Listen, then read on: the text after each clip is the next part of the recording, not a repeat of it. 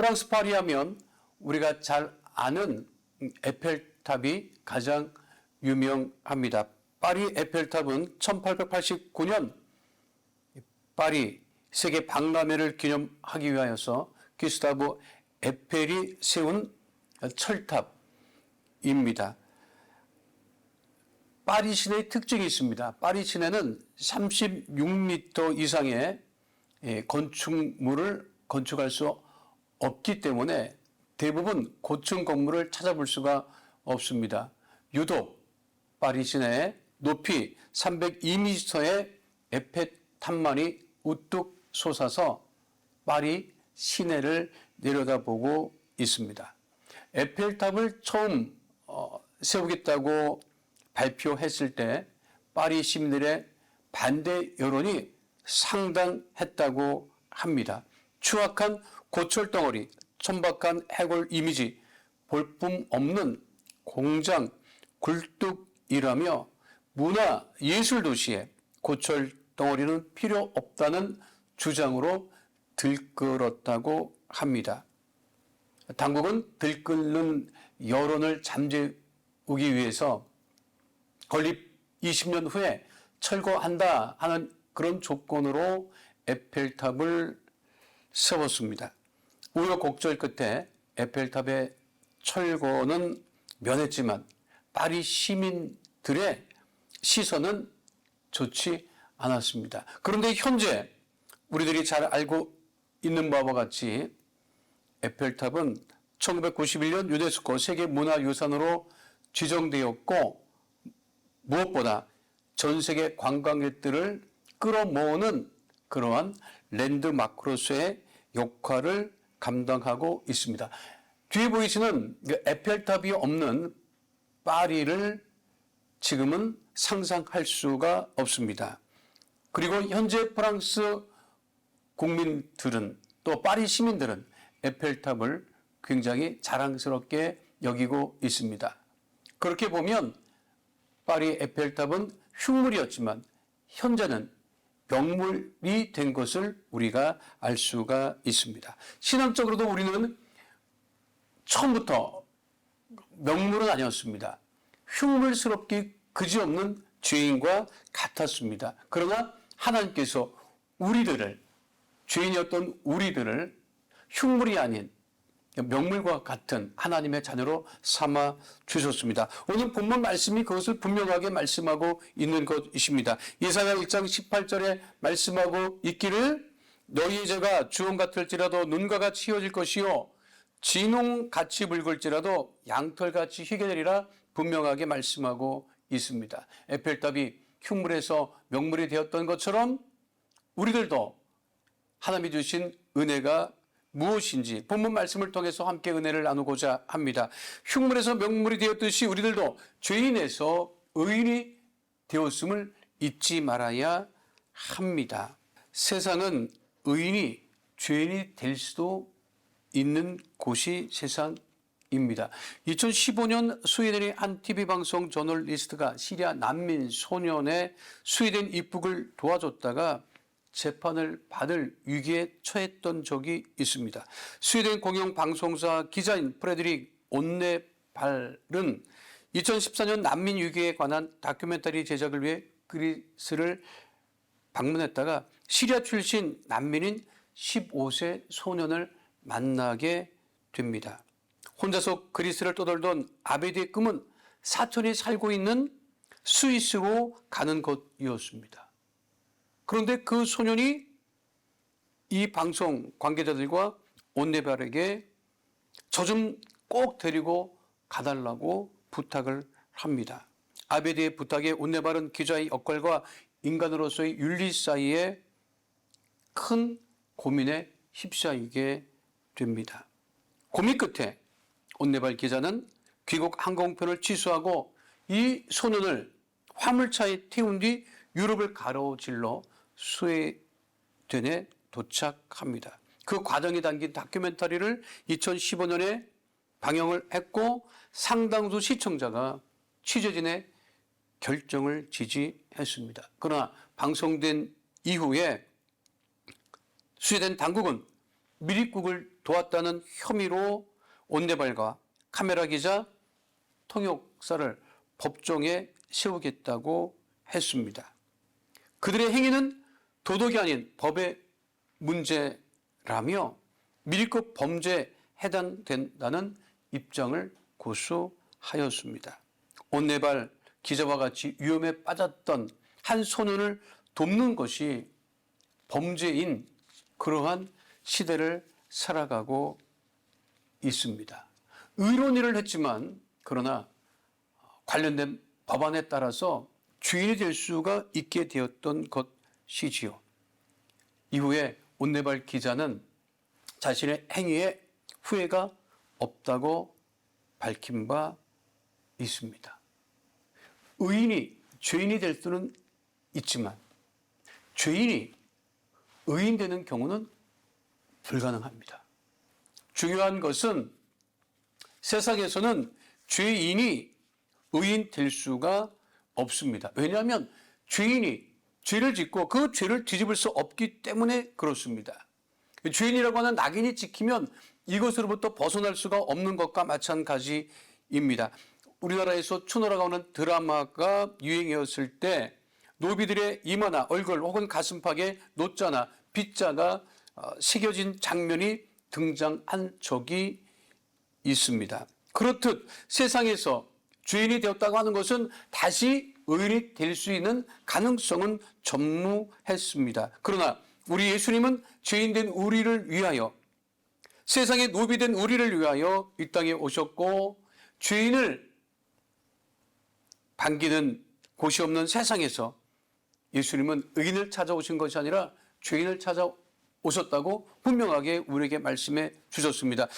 다 함께 누가복음 5장 31절로 32절 말씀 함께 하도록 하겠습니다. 예수께서 대답하여 이르시되 건강한 자에게는 의사가 쓸데없고 병든 자에게라야 쓸데있나니 내가 의인을 부르러 온 것이 아니요 죄인을 불러 회개시키러 왔노라. 이렇게 우리 주님께서 분명하게 말씀하고 계십니다. 죄로 물든 흉악한 우리를 예수의 보혈로 씻어 구원하여 주시고 하나님의 자녀 삼아 주셨기 때문에 우리가 이제는 흉물이 아니라 어디를 가나 하나님의 자녀로 살아갈 수 있게 된 것입니다. 로마서 3장 23절로 24절도 분명하게 말씀하고 있습니다. 다 함께 로마서 3장 23절로 24절 말씀 함께 하도록 하겠습니다. 모든 사람이 죄를 범하였음에 하나님의 영광에 이르지 못하더니 그리스도 예수 안에 있는 성령으로 말미암아 하나님의 은혜로 값없이 의롭다 하심을 얻은 자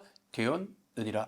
우리는 이전에 모두 죄인이었습니다. 흉악한 흉물스러운 죄인이었습니다. 그러나 예수의 보혈로 우리는 씻음을 받고 이제는 하나님의 자녀가 되었던 것입니다. 고린도후서 5장 17절 말씀 함께 하도록 하겠습니다. 그런즉 누구든지 그리스도 예수 안에 있으면 새로운 피조물이라 이전 것은 지나갔으니 보라 새 것이 되었도다.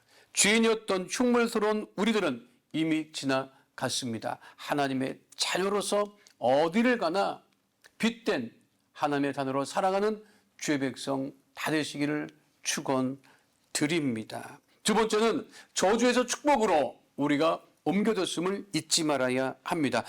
성경은 축복으로 가득 차 있습니다. 성경은 축복 의식으로 가득 차 있는 것입니다. 사단과 마귀는 우리를 저주하고 죽이고 멸망시키려고 하지만 하나님은 우리를 축복 가운데 거하게 하십니다. 민수기에 보면 아주 흥미로운 이야기가 등장을 합니다. 이방 민족 사람이었던 발람에게 이스라엘 백성들을 하나님께서 이렇게 말씀하고 계십니다. 그 말씀이 무엇입니까? 민수기 22장 12절 말씀 함께 합니다. 하나님이 발람에게 이르되 너는 그들과 함께 가지도 말고 그 백성을 저주하지도 말라. 그들은 복을 받은 자들이니라. 하나님께서 이방 민족 사람이었던 발람에게 분명하게 말씀하시죠. 뭐라고 말씀하고 있는 거예요?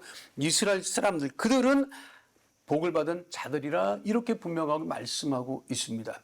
우리 모두는 하나님의 복받은 자녀입니다. 저주받은 자녀가 아닙니다. 저주 가운데 흉물스럽게 살아가는 존재가 아닙니다. 하나님의 자녀로 축복을 누리고 살아가는 자녀임을 잊지 않게 되시기를 축원드립니다. 우리 옆에 분들과 함께 인사하도록 하겠습니다. 당신은 하나님의 복받은 사람입니다.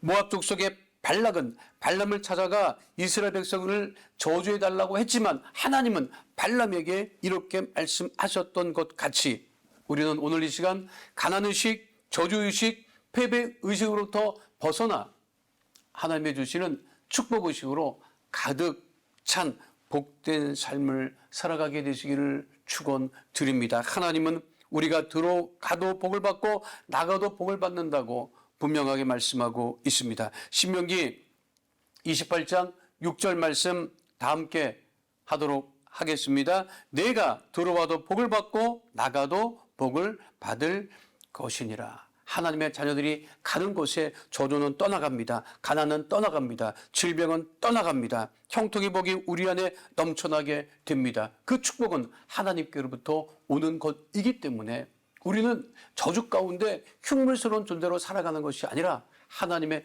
축복을 누리며 살아가는 복된 하나님의 자녀인 것을 잊지 마시고 늘 가슴 깊이 주의 주신 은혜와 축복으로 살아가게 되시기를 축원드립니다. 하나님은 지금 이 시간 우리를 축복하고 계십니다. 사실 프랑스 땅은요, 그 로마 시대에는 야만인들이 살던 지역으로 불렸습니다. 통상 이 갈리아라고 하는 지명으로 불렸던 것이 오늘날 프랑스 땅입니다. 이 갈리아 지역의 야만족들이 로마 제국을 기웃거리고 그리고 로마 제국 땅으로 들어오자 기원전 58년부터 51년 사이에 로마는 이곳 갈리아 지역을 다시 평정하기 위하여 군사를 보내게 됩니다. 갈리아 지역 원정대 사령관은 그 유명한 로마의 율리우스 카이사르였습니다. 그는 로마 장군의 신분으로 갈리아 원정을 떠나 그것을 평정하고 지금까지도 전해져 내려오는 갈리아 원정기를 기록으로 남겼습니다. 그 당시 갈리아, 현재 프랑스 땅은 문명화되기 이전에는 아무런 희망도 가질 수 없는 곳이었습니다. 그러나 로마가 이후에 기독교 국가가 되고 그것의 복음이 증거됨으로 말미암아 이제 프랑스 땅은 하나님이 축복하시는 땅이 되어서 몇 년 전에 큰 화재를 겪었지만 파리 노트르담 성당은 프랑스 국민들의 영적인 지주 역할을 하고 있으며 몽마르트 언덕에 있는 사크르 퀘레 대성당은 그 높은 언덕에서 파리 시내를 내려다보며 영적인 큰 정신적인 역할을 하고 있습니다. 특별히 몽쉘 미셀이라고 하는 세계 문화유산으로 지정된 곳은 지금도 놀라운 수도원이 자리 잡고 있습니다. 야만족들이 살았던 그 땅의 복음이 증거되자 프랑스 곳곳에 이렇게 교회와 수도원이 자리를 잡고 현재는 문화와 예술, 패션 그리고 모든 세계 유행을 주도해 나가는 도시로 자리매김하고 있는 것입니다. 사실 프랑스는 현재 극심한 정치적인 혼란 가운데 빠져 있습니다. 좌파연합 정당과 극우정당이 매우 심각하게 대립하고 있습니다. 왜 이런 일이 벌어질까? 영적으로 보면 프랑스 국민들과 시민들이 교회와 하나님을 떠나 있기 때문에 그런 것은 아닐까 하는 생각을 해봅니다.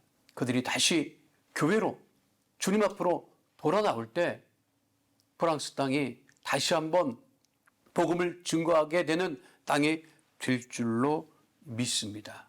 이와 같이 하나님께서는 우리를 저주하지 않으시고 축복하시고 축복의 단어로 살아가게 하심을 잊지 마시고 하나님의 축복의 단어로 결코 잊지 말아야 될 것은 무엇이냐 하면 우리들이 늘 축복의 언어를 사용하는 것입니다. 제가 이 스포츠 관련된 뉴스를 유심히 보면 한 선수가 잘한다고 그렇게 대소특비를 하다가 그렇게 잘하던 선수가 조금 성적을 올리지 못하고 경기력이 떨어지면 굉장히 비난하고 비판하는 모습을 보게 됩니다. 비난과 비판은 쉽습니다. 그러나 늘 우리들의 입술이 저주의 언어가 아니라 축복의 언어를 사용함으로 말미암아 지금은 부족하고 모자라 보일 것 같지만 하나님의 주신 그 축복의 언어를 사용함으로 날마다 복 있는 믿음의 자녀로 살아가는 주의 백성 되시기를 축원드립니다. 마지막 세 번째는요. 파리의 별답이 흉물에서 명물이 되었던 것처럼 우리는 더 이상 질병에 거하지 아니하고 건강한 가운데 거하고 있음을 잊지 말아야 합니다. 질병은 하나님의 뜻이 아닙니다. 아담과 하와가 죄를 범한 후 에덴 동산에서 추방되었을 때 모든 것이 저주를 받았습니다. 영혼은 피폐해졌고 땅은 가시와 엉겅퀴를 이었으며 육신에는 질병이 찾아왔습니다. 그러나 하나님은 우리의 영혼과 환경과 육신의 저주 가운데 있는 것을 원치 않으시고 하나님은 인간의 삼중 저주를 삼중 축복으로 바꾸셨고 영혼이 잘된 같이 범사가 잘되고 강건하기를 원하고 계십니다. 요한 3서 2절은 분명하게 말씀하고 있죠. 함께합니다. 사랑하는 자여 내 영혼이 잘됨 같이 내가 범사에 잘되고 강건하기를 내가 간구하노라. 질병이 찾아오지만 우리 하나님은 우리를 치료하고 계십니다. 하나님은 지금 이 시간에도 우리를 치료하시고 건강하게 하시고 온전케 하십니다. 그래서 출애굽기 15장 26절 하반절에는 분명하게 말씀하고 있죠. 나는 너희를 치료하는 야훼임이라.